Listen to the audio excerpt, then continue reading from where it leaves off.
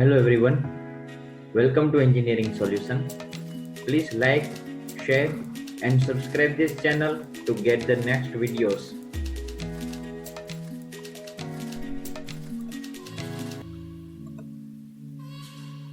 Hello everyone, મારું નામ છે પ્રતિક છનિયારા અને આજે આપણે આ લેક્ચરની અંદર યુનિટ 4 પ્રોજેક્ટ પ્રપોઝલ પ્લાનિંગ માં આપણો પાર્ટ 3 વિચ ઇઝ માર્કેટ સર્વે વિશે ડિસ્કશન કરવાના છીએ.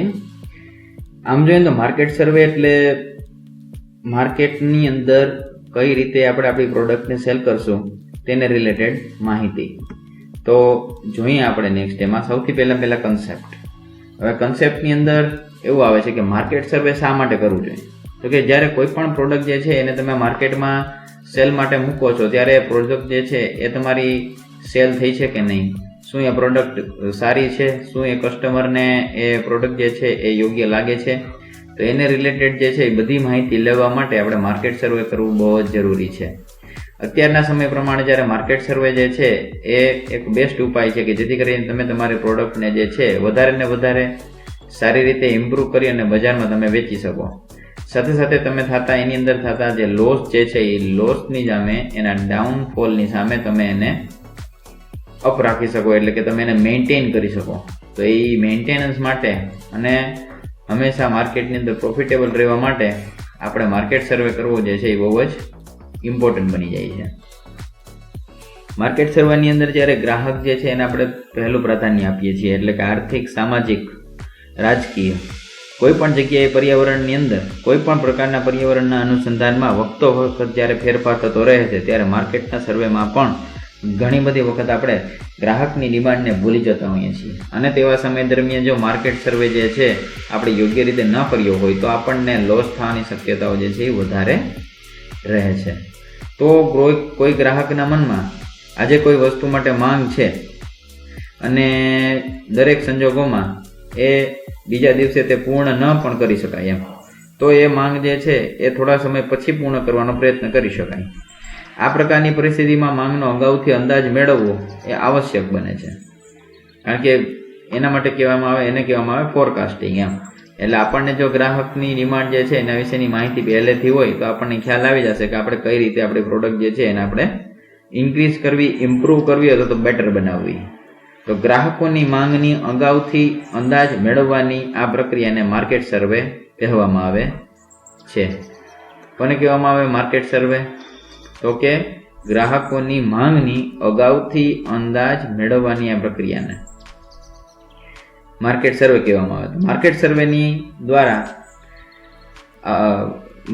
માર્કેટ સર્વે દ્વારા આવશ્યક માહિતી હોય તો એને એકત્રિત કરી અને ભેગી કરી અને તેના એનાલિસિસ દ્વારા તમે સંભવિત ડિમાન્ડને અંદાજ કાઢી શકો અને એ ડિમાન્ડનો અંદાજ કાઢી અને તમે તમારું જે છે એ પ્રોડક્ટ જે છે એને તમે મેન્યુફેક્ચર કરી શકો, ડિઝાઇન કરી શકો. તો that all the things are related to market survey. તો માર્કેટ સર્વે જે છે એ બહુ જ ઇમ્પોર્ટન્ટ વસ્તુ છે. આ હતા કન્સેપ્ટ. હવે કન્સેપ્ટની અંદર આના સિવાય થોડીક એ પણ વસ્તુ આવે એ છે ફોરકાસ્ટિંગ.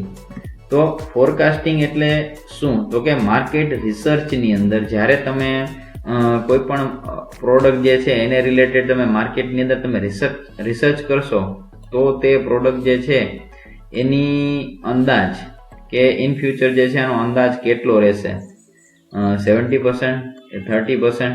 તો એ પ્રમાણે તમારે તમારી પ્રોડક્ટ જે છે એને મેન્યુફેક્ચર કરવાની, ડિઝાઇન કરવાની. તો that all the things are related to market research or say demand forecasting ઓર સે માર્કેટ સર્વે.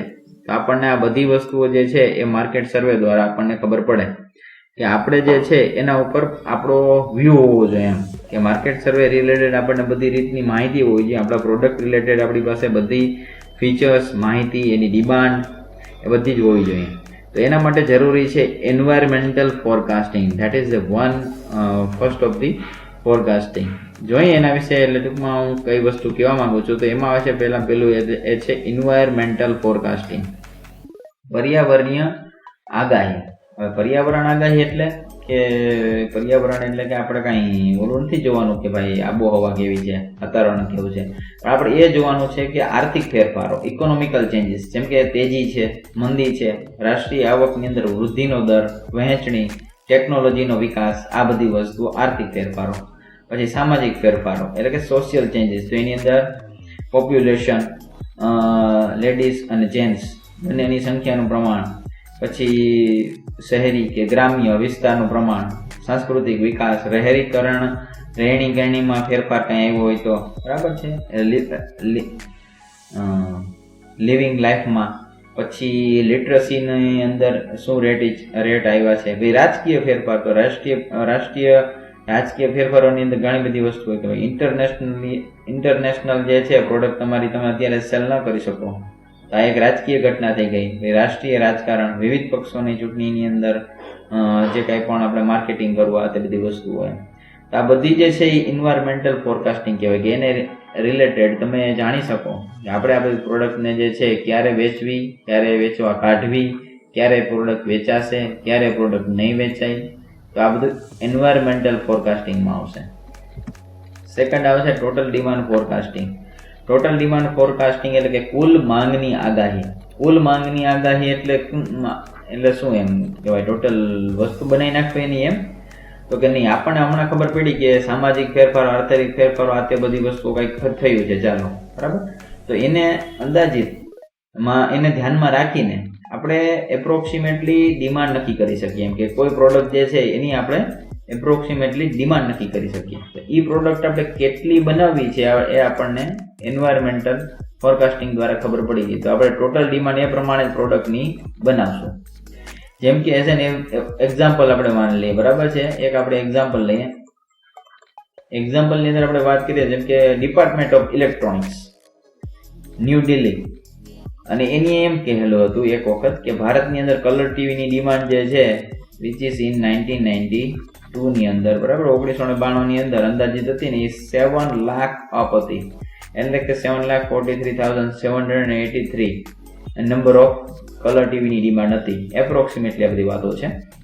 અને જે 1992 થી સીધી આપણે 2000 ની અંદર જો આ જ વસ્તુની વાત કરીએ તો એ વધીને 10 લાખ થઈ ગઈ. તો 7 to ડાયરેક્ટલી 10 લાખ અને 10 લાખ પ્લસ.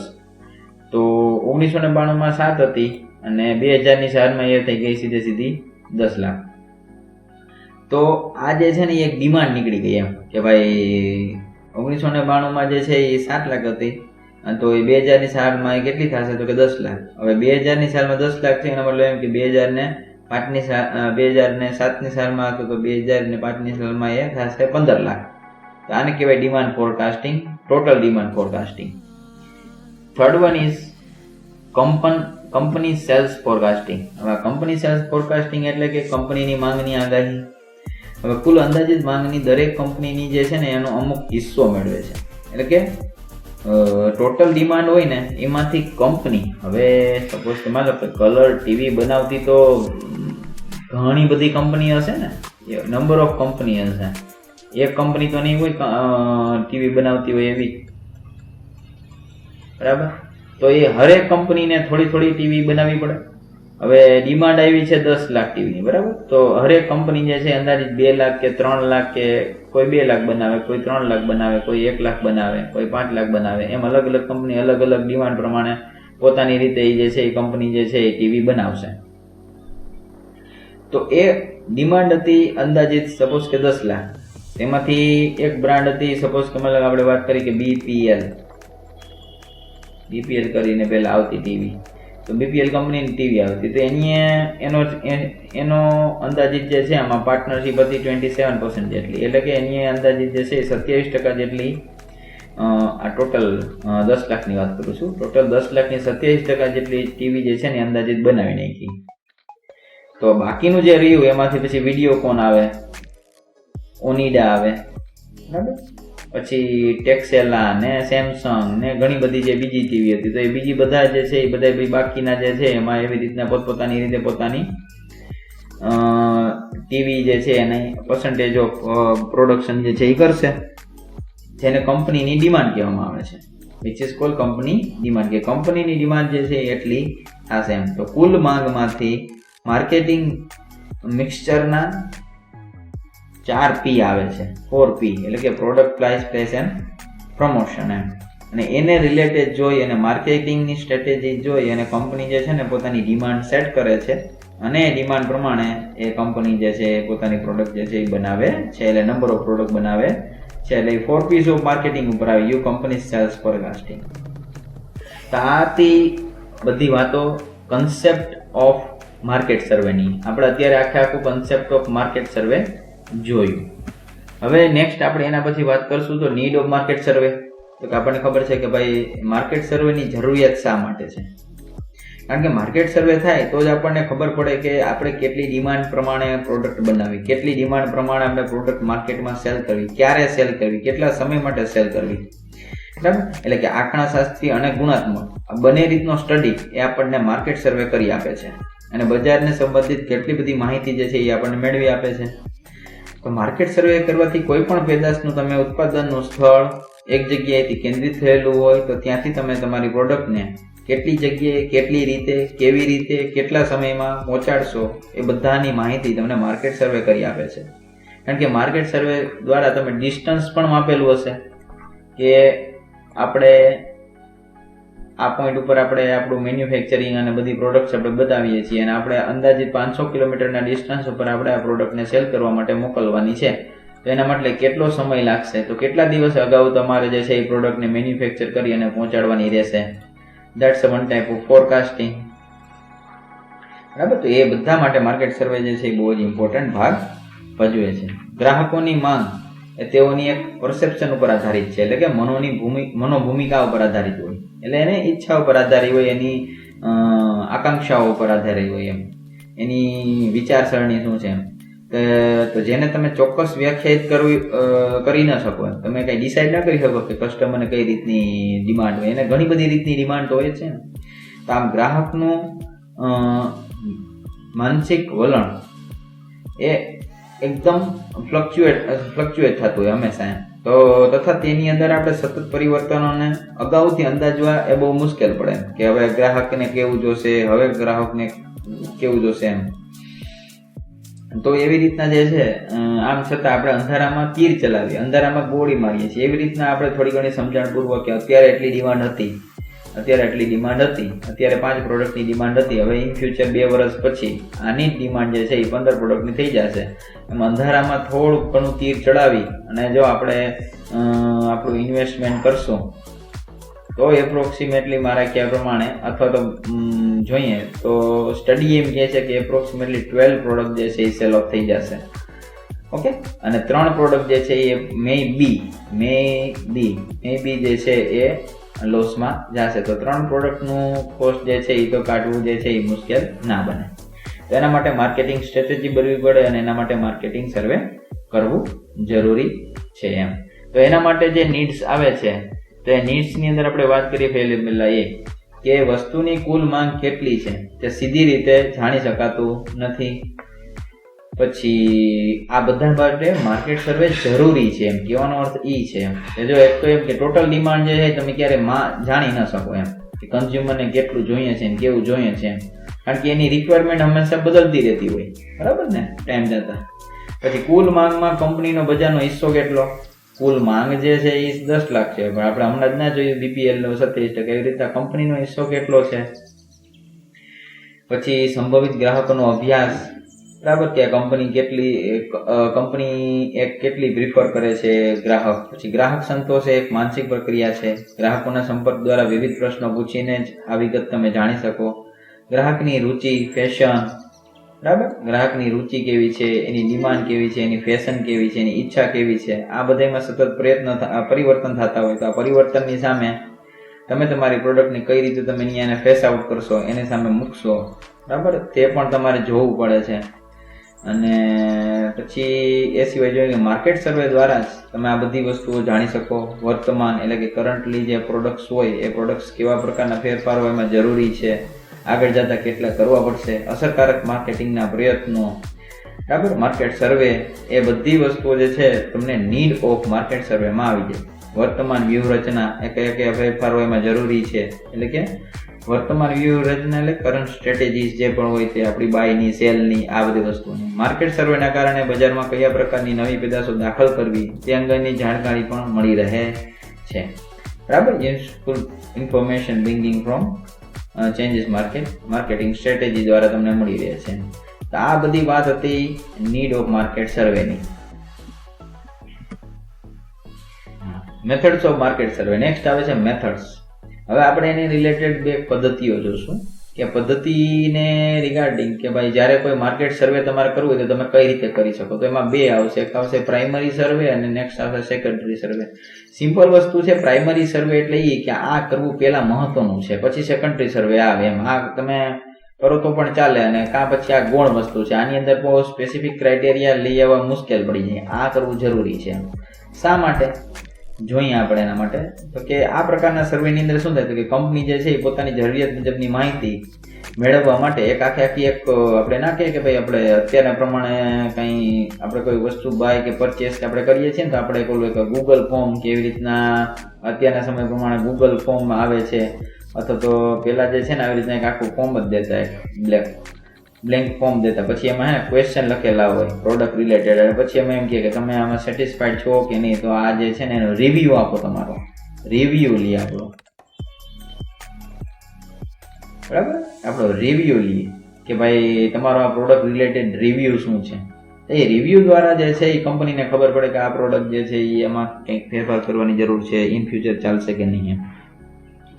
તો આવી રીતના એક આખું ક્વેશ્ચનનું એક થોડું નાનું એવું એક સેટઅપ બનાવીને ગ્રાહકોને ડાયરેક્ટલી અથવા ઇનડાયરેક્ટલી ટેલિફોન દ્વારા કે કોઈ પણ રીતે કોન્ટેક્ટ કરી અને પછી એને પૂછવામાં આવે અને એના દ્વારા ઇન્ફોર્મેશન જે છે એ કલેક્ટ કરવામાં આવે છે. આવી રીતની જ્યારે માહિતી ઇન્ફોર્મેશન જે છે એ તમે લ્યો છો, પછી એને તમે ડિસ્ક્રાઇબ કરો છો, એને તમે એક્સપ્લેન કરો છો, એને તમે એનાલિસિસ કરો છો, બરાબર, બધું જ તમે કરો ને એના હિસાબે પછી એનું રિઝલ્ટ નીકળે, એટલે કે એનું એક સોલ્યુશન કાઢવામાં આવે. અને મર્યાદિત કોન્ટેક્ટ કરી અને સેમ્પલિંગ પદ્ધતિ પણ અપનાવવામાં આવે છે. બરાબર, મર્યાદિત કોન્ટેક્ટ એટલે કે સપોઝ તમે માની લો કે તમે 50 એવા અલગ અલગ જગ્યાએ 50 પર્સનને તમે તમારી પ્રોડક્ટ જે છે એ તમે પરચેસ કરવાનું કીધું અને એની પરચેસ કરી લીધી, અથવા તો તમે એને દઈ આવ્યા, પછી એને કીધું કે તમે તમારો ઓનેસ્ટલી તમારો ઓપિનિયન આપો કે આ પ્રોડક્ટ ચાલશે કે નહીં, અને તેના દ્વારા પણ એનો રિવ્યુ લેવામાં આવે અને પછી એના દ્વારા પછી ડાયરેક્ટલી માર્કેટની અંદર મૂકવામાં આવે કે આ પ્રોડક્ટ હવે ચાલશે. અને જો સેમ્પલની પસંદગી ખામી ભરેલી હોય તો તારણો ખોટા આવે છે અને આ પદ્ધતિ ખર્ચાળ છે તથા તારણો મેળવવા સમયનો ખૂબ જ ઉપયોગ થાય છે, એટલે આ થોડુંક ટાઈમ કન્ઝ્યુમ કરે છે. બરાબર, ટાઈમ કન્ઝ્યુમ કરે છે પ્રાઇમરી સર્વે, પણ આ ઇમ્પોર્ટન્ટ છે. આ સર્વે અત્યારે મોસ્ટલી કંપની કરે જ છે. સેકન્ડરી સર્વેની અંદર આપણે વાત કરી હતી the information of collected through organisation like government, research institute, consultants, ETC. હવે આ કસ્ટમર પાસેથી છે ને આ સર્વે નથી લેતા. આ કેની પાસેથી લે? કોઈ સરકારી કોઈ એવી સંસ્થા હોય ત્યાંથી, પછી કોઈ રિસર્ચની ઇન્સ્ટિટ્યૂટ્સ હોય ત્યાંથી ને, કોઈ કન્સલ્ટન્ટ્સ હોય ત્યાંથી ને, એવી જગ્યાએથી જે લે છે કે જે થોડીક ઓછી કોસ્ટલી હોય છે અને વ્યવસ્થિત રીતે તમે એને અવેલેબલ કરી શકો. પરંતુ તમે કસ્ટમર સાથે તમે એને સંપર્કમાં નથી આવ્યા એટલે તમને ફાઇનલી એ ન ખબર પડે પ્યોરલી એમ કે આ કસ્ટમરને ફાવેલી છે કે નહીં, આ પ્રોડક્ટ ગમે છે કે નહીં એમ. તો આ એક ત્યાં એની એક ઉણપ કહેવાય એમ. ઓકે, તો ખાનગી કંપનીઓ દ્વારા નિયમિત રીતે ટૂંકમાં માહિતી જે પ્રકાશિત થતી હોય, માહિતી જે બહાર પબ્લિશ થતી હોય, તો ગૌણ સર્વેમાં આ પ્રકારની ગૌણ માહિતીનો ઉપયોગ કરવામાં આવે છે અને એનું રિઝલ્ટ, એનું સોલ્યુશન કાઢવામાં આવે છે. અને આ પદ્ધતિ થોડીક ઓછી ખર્ચાળ છે, પરંતુ માહિતી એકત્રિત કરનાર અને ઉપયોગ કરનાર એ કંપનીના ઉદ્દેશો જુદા હોવાથી તેની વિશ્વસનીયતા થોડી ઘટી જાય છે. બરાબર ને, આમાં થોડુંક એનું જજમેન્ટ લેવું થોડુંક મુશ્કેલ પડેલું છે અને આ સેકન્ડરી સર્વે એટલા માટે કહેવામાં આવે છે. હવે નેક્સ્ટ એમ આવે છે methods of primary survey. Primary સર્વેની અંદર આપણે વાત કરીએ કે પ્રાઇમરી સર્વે કે પ્રાથમિક સર્વે. તો પ્રાથમિક સર્વેની અંદર એલું આવશે છે ગુણાત્મક મેથડ્સ અને બીજું આવશે પરિમાણવાચક મેથડ. ગુણાત્મક મેથડ એટલે આની અંદર જે છે ડિસ્ક્રિપ્ટિવ નેચરની થોડીક મેથડમાં ગુણો મહત્વના છે, ક્વોલિટેટિવ. બરાબર, ક્વોલિટી. તો એની અંદર શું કહેવા માંગે છે આપણે જોઈએ. પહેલા survey of buyers intention. Survey of buyer intention ગુજરાતીમાં કેવું તો ગ્રાહકો શું કહે છે. શું થાય ગુજરાતી? ગ્રાહકો શું કહે છે. નેક્સ્ટ આવે છે sales force opinion. Sales force opinion એટલે કે વેચાણ દળનો અભિપ્રાય. એટલે કે જે વેચી રહ્યો છે, બરાબર છે, જે સેલર જે છે એ સેલર શું કહે છે. અને સર્વે ઓફ બાયર્સ ઇન્ટેન્શન એનું ગુજરાતી થાય ગ્રાહક ઈરાદાઓનો અભ્યાસ. ગ્રાહક ઈરાદાઓનો અભ્યાસ. અને આનું થશે વેચાણ દળનો અભિપ્રાય, બરાબર. એટલે કે જે સેલર છે સેલર્સનો અભિપ્રાય. પછી નેક્સ્ટ આવે છે એક્સપર્ટ ઓપિનિયન અથવા તો ડેલ્ફી મેથડ. આનો અર્થ એવો થશે કે નિષ્ણાંતોનો અભિપ્રાય, કે ભાઈ નિષ્ણાંત લોકો શું કહે છે પ્રોડક્ટની બાબતમાં, અથવા તો જે બી પ્રોડક્ટ હોય કે સર્વિસ હોય જે બી હોય જેની આપણે વાત કરીએ છીએ સર્વેની, બરાબર. એટલે કે સંશોધકો શું કહે છે, પેલું શું હોય, બરાબર. અને પછી આપણે ચોથું એક વખત જોઈ લે માર્કેટ ટેસ્ટ મેથડ. એટલે કે બજારની કસોટીની પદ્ધતિ. બજારની કસોટીની પદ્ધતિ.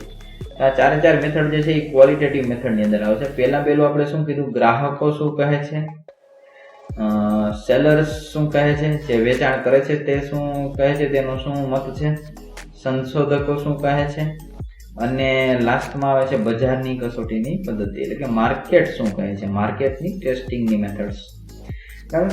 હવે આવે છે ક્વોન્ટિટેટિવ મેથડ. અને આ મેથડ જે છે ને સ્ટેટિસ્ટિકલ ટેકનિક અને મેથેમેટિકલ મોડેલ્સ દ્વારા બનાવવામાં આવે છે.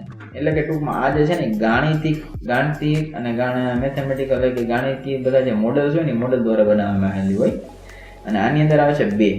એક આવે છે ટાઈમ સિરીઝ એનાલિસિસ અને બીજું આવે છે સ્ટેટિસ્ટિકલ ડિમાન્ડ એનાલિસિસ. એટલે કે સમય શ્રેણી વિશ્લેષણ અને આંકડાશાસ્ત્રીય માંગની વિશ્લેષણ. સમય શ્રેણી વિશ્લેષણ અને આંકડાશાસ્ત્રીય માંગની વિશ્લેષણ. ઓકે, તો આવી રીતના આ જે છે એ ક્વોલિટેટિવ મેથડ અને ક્વોન્ટિટેટિવ મેથડ જે છે એ આપણે થોડીક આ ચેપ્ટરની અંદર આપણે ડિસ્કશન કરવાનું છે. અને આની અંદર આપણે ખાસ તો અત્યારે સર્વે ઓફ બાયર, ટૂંકમાં આપણે એમ તો જોઈએ ને તો બધી જે છે ટેસ્ટ મેથડ જે છે એ 6 એ સ્ટેટિસ્ટિકલ ડિમાન્ડ એનાલિસિસની બધી જે મેથડ જે છે એ આપણે જોવાની છે. તો આપણે એક પછી એક જે છે આ મેથડ જે છે ને આપણે જોતા જઈએ છીએ. ફર્સ્ટ આવે છે એમાં survey of buyers intention. Survey of buyer intention એટલે કે વસ્તુની માંગ, બરાબર. તો એ વસ્તુની માંગના સામે ગ્રાહકોનો શું ઓપિનિયન છે, વસ્તુની ડિમાન્ડ છે તો એની સામે ગ્રાહકોનો શું opinion. Buyers approach personally by investigators or through mails of telephone. ટૂંકમાં મેં હમણાં જ કીધું ને એ પ્રમાણે એમ કે ભાઈ જે કસ્ટમર હોય ને, કે જે ગ્રાહક હોય કે જેની પ્રોડક્ટનો યુઝ કરી લીધેલો છે, તો એ પ્રોડક્ટનો યુઝ કરેલો છે ને એનું ઇન્વેસ્ટિગેટર હોય ને, એટલે કે ટૂંકમાં જે આનું જે માહિતી એકઠી કરતા ને એ બધા એને ફોન કરે અથવા મેલ કરે અને પછી એનો રિવ્યૂ લે, એના દ્વારા સર્વે કરે, બરાબર. અને સર્વે કરે એમાં 2-4 ક્વેશ્ચન છે કોમન છે, એવું બધું પૂછતા હોય એમ. એક તો એ કે how much they would buy during a specified time and under the given conditions.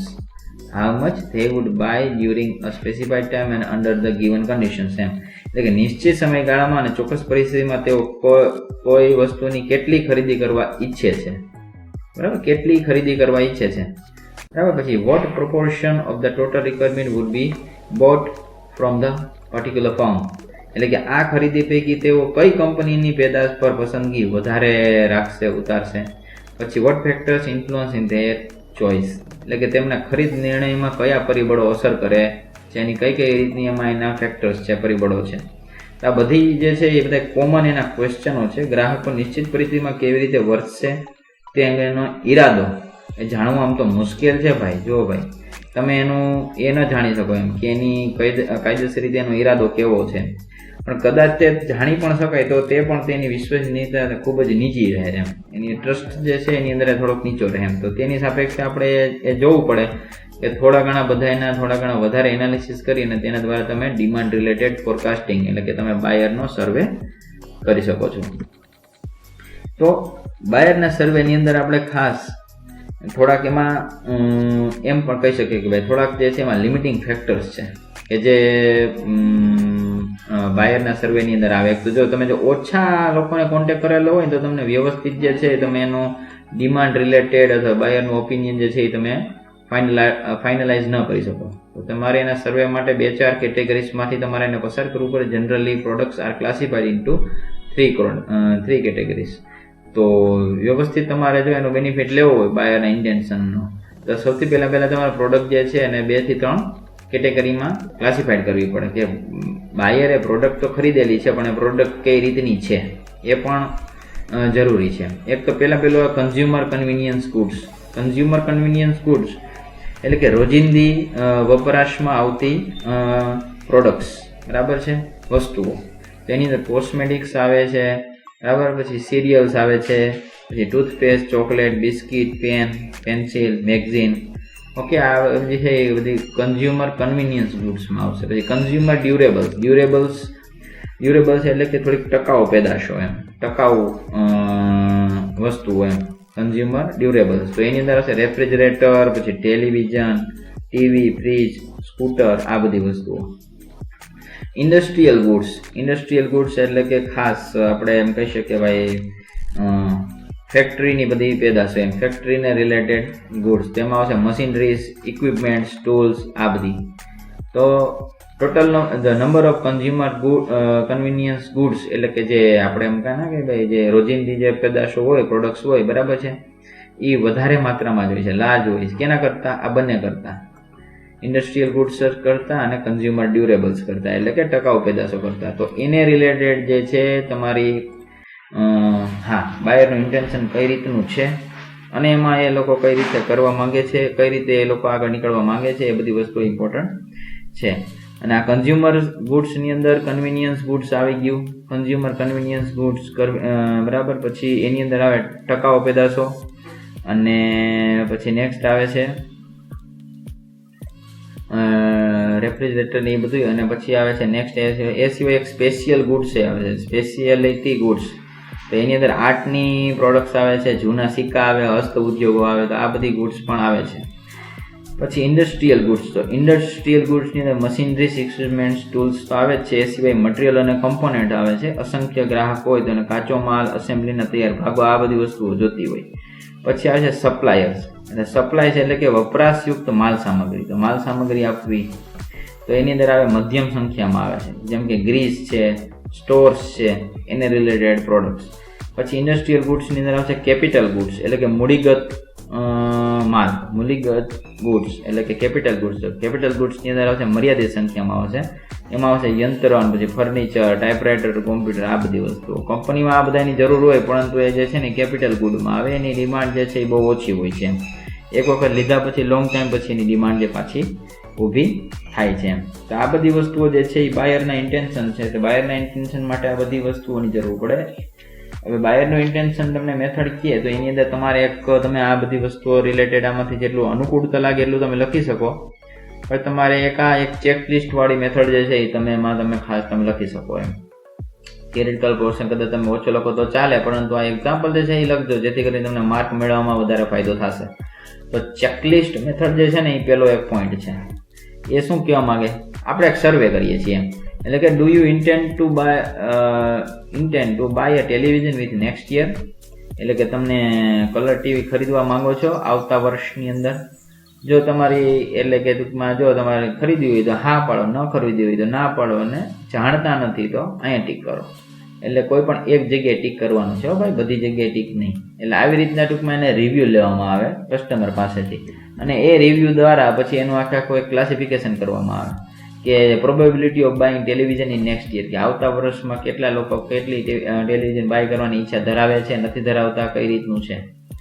તો એના આધારે જે છે એ નક્કી કરવામાં આવે કે 0.2 slightly probability, ફેરલી probability, probable, almost sure અને સર્ટેન, એમ ફાઇનલ છે. તો આના દ્વારા જે છે પરચેસની પ્રોબેબિલિટીનો એક આખો સ્કેલ અંક જે છે એ નક્કી કરવામાં આવે છે, અને તેના દ્વારા જે નક્કી કરવામાં આવે છે કે આ જે છે એ પ્રોડક્ટ જે છે એ કેટલી બનાવી, કઈ રીતે બનાવી અને કેટલી માત્રામાં બનાવી.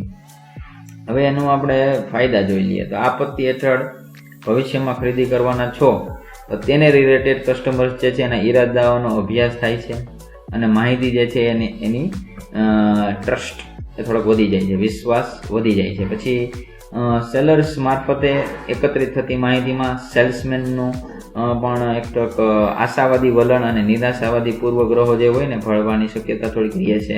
તો આ પદ્ધતિ જે છે ને એ હેઠળ બનતું નથી. પછી આમ જોઈએ તો નેક્સ્ટ આવે છે it increase effectiveness of marketing effort એમ. તો માહિતીનો સમયગાળો ટૂંકો હોય તો માહિતીની વિશ્વસનીયતા પણ વધી જાય છે અને આમ જોઈએ તો ઇફેક્ટિવ માર્કેટિંગ એફર્ટની અંદર જે કંઈ પણ આપણે વધારો કરવો હોય માર્કેટિંગમાં, એટલે કે વસ્તુ જે છે એના પ્રમોશનમાં એમ, તો એ જે છે એની અસરકારકતામાં પણ વધારો થઈ જાય આ દ્વારા. કારણ કે તમને ખબર પડી ગઈ ને પહેલેથી કે આપણે કઈ રીતે આમાં આયોજન કરવાનું છે, કઈ રીતે આપણે આગળ નીકળવાનું છે. નેક્સ્ટ આવે છે એના ગેરફાયદા. તો ગેરફાયદા તો આમ તો થોડા ઘણા છે કે એક તો એ કે આ પદ્ધતિ થોડી ખર્ચાળ છે એમ.